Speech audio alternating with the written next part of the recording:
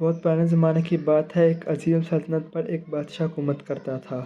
اس کے پاس بے شمار دولت، طاقتور فوج اور شاندار محلات تھے۔ اس کی شان و شوکت دور دور تک مشہور تھی۔ لیکن ایک چیز کی اسے شدید کمی تھی اور وہ تھی عقل و دانائی۔ رعایا اسے دل ہی دل میں بے وقوف بادشاہ کہتی تھی، مگر کسی میں اتنی ہمت نہ تھی کہ اس کے سامنے یہ الفاظ زبان پر لا سکے۔ سب جانتے تھے کہ بادشاہ اپنے غرور میں ڈوبا ہوا ہے اور ذرا سی مخالفت پر سخت سزا دے گا۔ بادشاہ اکثر فخر سے کہتا تھا، دنیا میں مجھ سے زیادہ عقل مند کوئی نہیں۔ میرا ہر فیصلہ درست اور منصفانہ ہوتا ہے۔ جو میری بات نہیں مانے گا وہ سلطنت کا دشمن ہے۔ درباری اور وزیر خوشامد میں اس کی تعریف کے پل باندھتے رہتے تھے۔ جہاں پناہ کی دانائی کا کوئی ثانی نہیں، آپ کے فیصلے تاریخ میں سنہری حروف میں لکھے جائیں گے۔ یہ سن کر بادشاہ اور بھی مغرور ہو جاتا، مگر حقیقت اس کے برعکس تھی۔ اس کے فیصلے اکثر عجیب و غریب اور نقصان دہ ثابت ہوتے تھے۔ کبھی وہ پل بنانے کا حکم دیتا اور آدھے کام کے بعد اسے منسوخ کر دیتا۔ کبھی خزانے سے سونا بانٹنے کا اعلان کر دیتا اور اگلے ہی دن رعایا پر دگنا ٹیکس لگا دیتا۔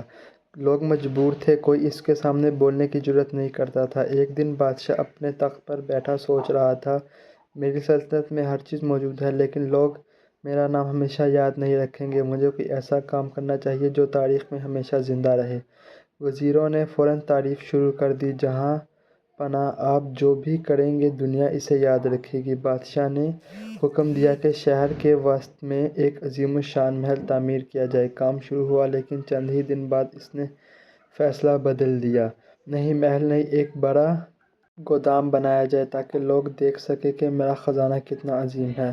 مزدوروں نے حکم پر عمل شروع کر دیا، مگر گودام ابھی آدھا ہی بنا تھا کہ بادشاہ پھر بول اٹھا، اسے گرا دو، یہاں ایک جھیل بناؤ، لوگ کہیں گے کہ ہمارا بادشاہ قدرتی حسن سے محبت کرتا ہے۔ مزدور حیران رہ گئے، مگر خوف کے باعث خاموشی سے حکم بجا لاتے رہے۔ اس زمانے میں ایک درویش اس شہر میں آیا۔ وہ ایک سادہ اور نیک بزرگ تھا۔ اس کے چہرے پر نور اور باتوں میں حکمت تھی۔ لوگ اس کے پاس آتے، اپنے دکھ سناتے اور وہ انہیں صبر، دعا اور اچھے اخلاق کی تلقین کرتا۔ چند لوگ اس کے پاس آئے اور بولے، بابا جی، ہمارا بادشاہ بہت نادان ہے، اس کے غلط فیصلے نے ہمیں پریشان کر رکھا ہے۔ درویش نے مسکرا کر جواب دیا، اللہ بہتر کرنے والا ہے، کبھی کبھی دل بدلنے کے لیے حکمت اور صبر کی ضرورت ہوتی ہے۔ اگلے دن وہ بادشاہ کے محل پہنچ گیا۔ پہلے تو پہرے داروں نے اسے روکنے کی کوشش کی، لیکن اس کی پرسکون شخصیت نے انہیں متاثر کر دیا۔ اتفاق سے بادشاہ بھی وہاں آ گیا۔ جب اسے معلوم ہوا کہ ایک درویش ایسی نصیحت کرنے آیا ہے تو وہ ہنس پڑا، مجھے نصیحت؟ دنیا کا سب سے عقل مند شخص میں ہوں۔ پھر بھی اس نے درویش کو اندر آنے دیا۔ درویش نے ادب سے سلام کیا اور کہا، بادشاہ سلامت۔ یاد رکھیں کہ اصل بادشاہ طاقت سے نہیں بلکہ انصاف اور عقل سے قائم رہتی ہے۔ اگر میں سب کچھ جانتا ہوں تو تمہاری نصیحت کا کیا فائدہ؟ درویش نے سکون سے جواب دیا، علم اور عقل سمندر کی مانند ہے۔ جو شخص یہ سمجھ لے کہ وہ سب کچھ جانتا ہے، دراصل وہی سب سے بڑا جاہل ہوتا ہے۔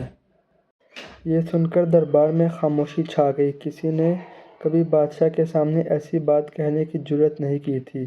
بادشاہ نے غرور میں آ کر کہا، میں تمہیں ثابت کر کے دکھاؤں گا کہ میں کتنا عقل مند ہوں۔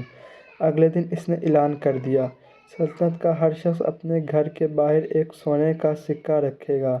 میرے سپاہی اسے خزانے میں جمع کریں گے، جو انکار کرے گا اسے قید کر دیا جائے گا۔ یہ حکم سنتے ہی لوگ پریشان ہو گئے۔ غریب لوگوں کے پاس سونے کے سکے کہاں سے آتے؟ کئی خاندانوں نے اپنے زیورات بیچ دیے، کچھ نے قرض لے کر کچھ قید خانوں میں جا پہنچے۔ درویش نے کہا، جہاں پناہ، یہ حکم رعایا پر ظلم ہے، مگر بادشاہ نے اس کی بات نظر انداز کر دی۔ چند دنوں بعد اس نے ایک اور حکم جاری کر دیا، تمام لوگ اپنا اناج اور سبزیاں شاہی خزانے میں جمع کروائیں۔ اب حالات اور خراب ہو گئے۔ گھر میں فاقے شروع ہو گئے، بچے بھوک سے رونے لگے، مائیں آسمان کی طرف ہاتھ اٹھا کر دعا مانگنے لگیں۔ درویش بار بار بادشاہ کو سمجھاتا رہا، رعایا کی خدمت کرنا ہی اصل حکومت ہے، مگر بادشاہ پر نصیحت کو اپنی توہین سمجھتا تھا۔ پھر ایک دن اسے نیا خیال آیا، میں دنیا کا سب سے اونچا مجسمہ بنواؤں گا تاکہ لوگ ہمیشہ میرا نام یاد رکھیں۔ ہزاروں مزدور اس کام پر لگ گئے۔ بہت سے لوگ بھوکے اور تھکن سے گر پڑے، کچھ جان سے بھی گئے۔ رعایا کے دلوں میں نفرت بڑھتی گئی۔ درویش نے آخری بار سمجھاتے ہوئے کہا، اگر آپ چاہتے ہیں کہ دنیا آپ کو یاد رکھے تو انصاف کیجیے، ورنہ تاریخ آپ کو ایک ظالم اور نادان بادشاہ کے طور پر یاد رکھے گی۔ مگر بادشاہ نے غصے میں کہا، اگر تم نے دوبارہ نصیحت کی تو تمہیں قید کر دیا جائے گا۔ درویش نے مسکرا کر جواب دیا، قید جسم کو کر سکتے ہیں، روح کو نہیں۔ وقت گزرتا گیا، سلطنت میں غربت اور بھوک بڑھ گئی۔ آخر کار لوگ خاموش نہ رہ سکے اور آہستہ آہستہ ایک دوسرے کے ساتھ متحد ہونے لگے۔ ایک صبح ہزاروں لوگ محل کے سامنے جمع ہو گئے اور نعرے لگا رہے تھے، ہمیں روٹی چاہیے، ہمیں انصاف چاہیے۔ ظلم بند کرو۔ یہ منظر دیکھ کر بادشاہ کے ہوش اڑ گئے۔ پہلی بار اسے احساس ہوا کہ اس کی رعایا اس سے محبت نہیں کرتی بلکہ اس سے نفرت کرتی ہے۔ گھبرا کر اس نے درویش کو بلایا، اب میں کیا کروں؟ درویش نے جواب دیا، اب بھی وقت ہے، خزانے کے دروازے کھول دیجیے، لوگوں کا اناج واپس کیجیے، ٹیکس معاف کر دیجیے اور ان سے معافی مانگیے۔ بادشاہ کے لیے یہ بہت مشکل فیصلہ تھا، مگر اب اس کے پاس کوئی اور راستہ نہ تھا۔ اس نے حکم جاری کر دیا، خزانوں کے دروازے کھول دیے جائیں۔ اناج اور سونا لوگوں میں تقسیم کیا گیا، ٹیکس کم کر دیے گئے، لوگوں کے گھروں میں دوبارہ چولہے جلنے لگے، بچوں کے چہرے پر خوشی لوٹ آئی۔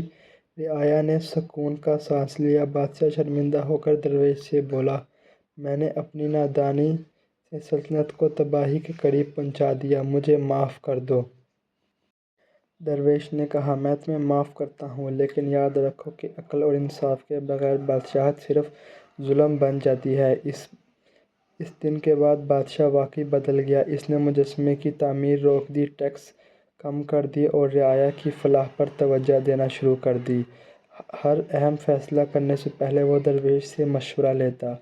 وقت کے ساتھ سلطنت دوبارہ خوشحال ہو گئی، مگر تاریخ نے اس کا پہلا لقب کبھی نہیں بھلایا، مگر اسے ہمیشہ بے وقوف بادشاہ کے نام سے یاد کرتی ہے تاکہ آنے والی نسلیں یہ سبق سیکھ سکیں کہ دولت، فوج اور طاقت کے باوجود اگر حکمران کے پاس عقل اور انصاف نہ ہو تو وہ حقیقت میں سب سے کمزور حکمران ہوتا ہے۔ سبق: اصل طاقت خزانہ، محلات یا افواج میں نہیں بلکہ انصاف، دانائی اور رعایا کی محبت میں ہوتی ہے۔ اگر دانا انسان چاہے وہ ایک فقیر ہی کیوں نہ ہو، پوری سلطنت کو سیدھا راہ دکھا سکتا ہے۔